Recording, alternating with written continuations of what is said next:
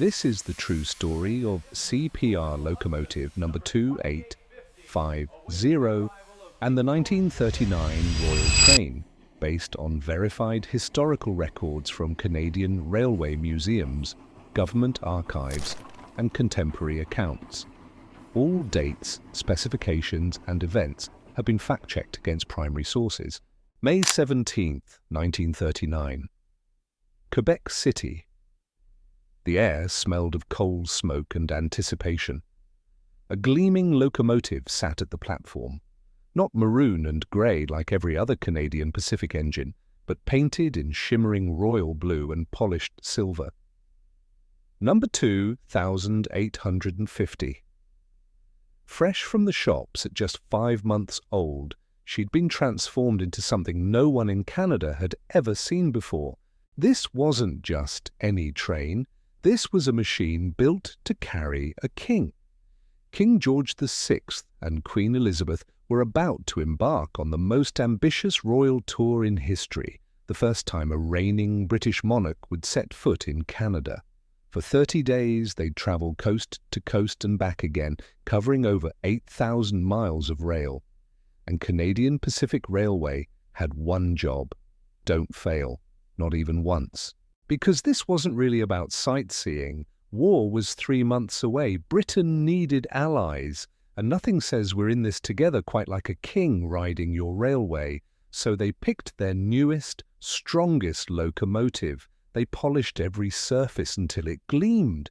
They painted it in colours that matched the 12 custom-built cars behind it, and they attached royal crests cast in solid metal, crowns on the running boards, coat of arms on the smoke box. Then they told the crew, "You're going 3,000 miles, no backup engine, no room for error." The steam pressure was building, the crowds were gathering, and nobody knew if this beautiful machine could actually pull it off. If you're enjoying this deep dive into railway history, hit that subscribe button. We cover forgotten machines and the incredible stories behind them every week. Let's back up. Why was this so important? By 1939, the world was holding its breath. Hitler had taken Czechoslovakia, Mussolini controlled Ethiopia, Japan was terrorizing China. Everyone knew war was coming. The only question was when. And Britain, the empire that had ruled a quarter of the planet, suddenly found itself needing friends. Canada was technically independent, but culturally still deeply tied to Britain. And the United States, well, they'd sworn off European wars after the disaster of World War I. Britain needed to remind both countries, we're family. When this thing kicks off, we need you.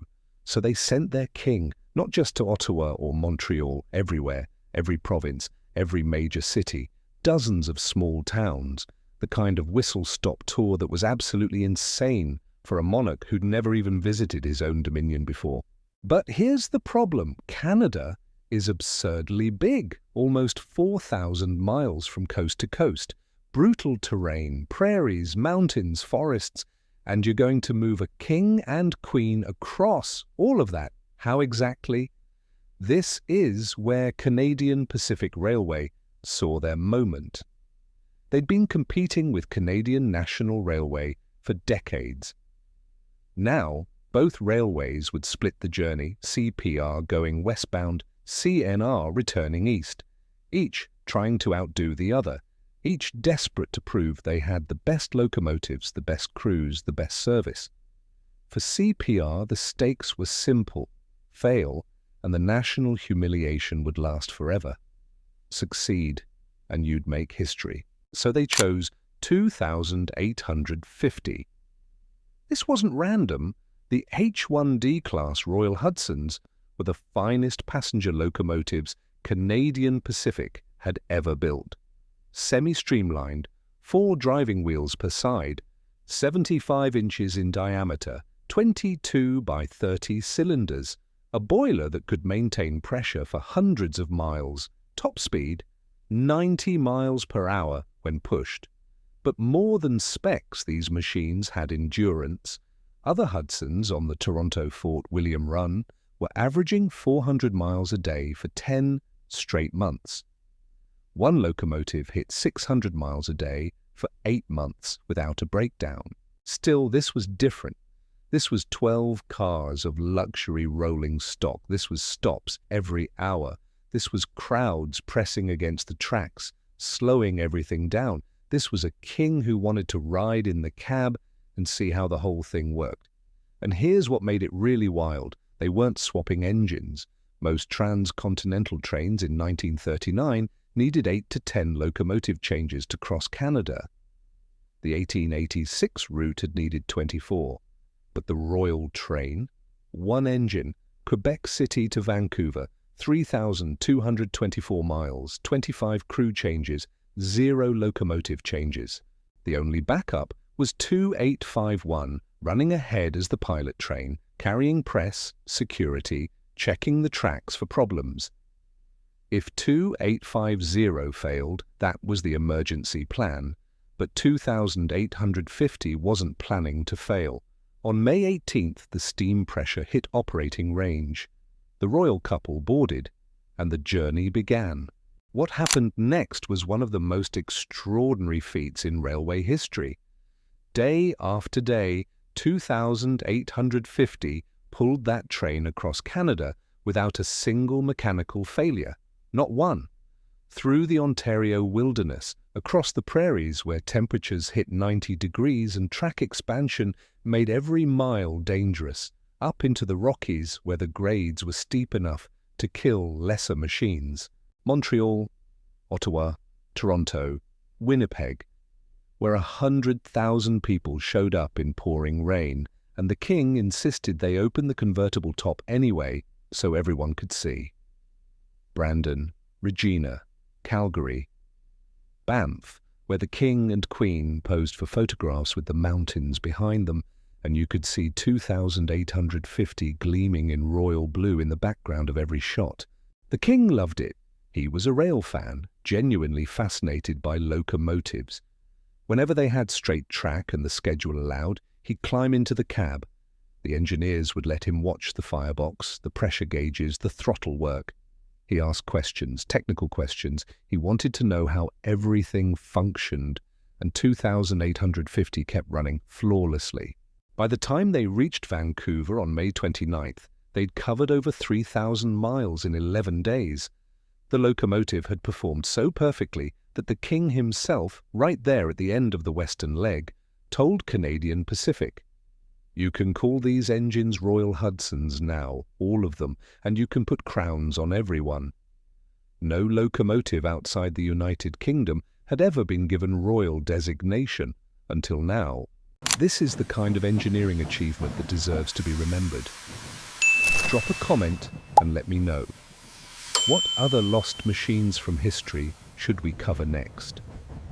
But here's what makes this story ache just a little. The tour continued. Canadian National took over for the eastbound leg, using their own flagship locomotives. The royal couple visited the United States, met President Roosevelt, went to the World's Fair in New York, then back through eastern Canada. By June 15th, when they finally sailed home from Halifax, they'd covered 8,377 miles total. The tour was a massive success. The crowds were enormous. The diplomatic mission worked. When war broke out 3 months later, Canada joined immediately. The United States, though slower, eventually came through as well.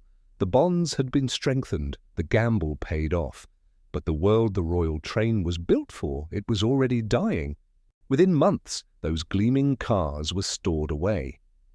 The locomotives went back to regular service. No more royal blue and silver, just standard CPR colours.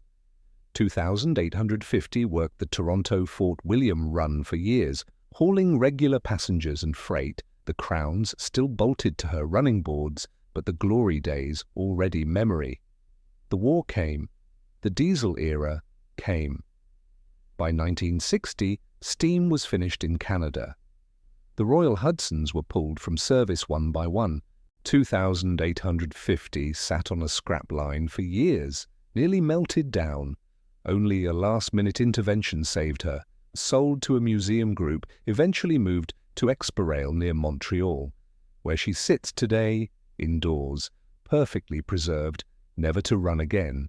So what are we supposed to take from this? Here's a machine that did everything asked of it, a locomotive that pulled off an impossible endurance run with the eyes of a continent watching, a train that helped forge alliances that would shape the entire outcome of World War II. And for one perfect moment, 11 days in May 1939, it was the most important machine in Canada. But greatness doesn't guarantee survival. The Royal Hudsons worked until they were obsolete. Then they were stored, then scrapped. Of the 65 original Hudson locomotives, only 5 still exist. 4 are preserved. 1, 2,860, actually ran tourist excursions until 2010. 2,850 will never move again. She's a museum piece now, beautiful, historically significant, completely static. And maybe that's fitting, because the world she was built for, the world of passenger rail, as the peak of luxury and technology, of steam locomotives as symbols of national pride, of kings riding trains across continents, that world's gone. It disappeared faster than anyone expected. What remains is the story, the photographs, the records, the memory of what it felt like when a single locomotive carried a king 3,000 miles without failure, when the future still felt uncertain, but the machines felt invincible.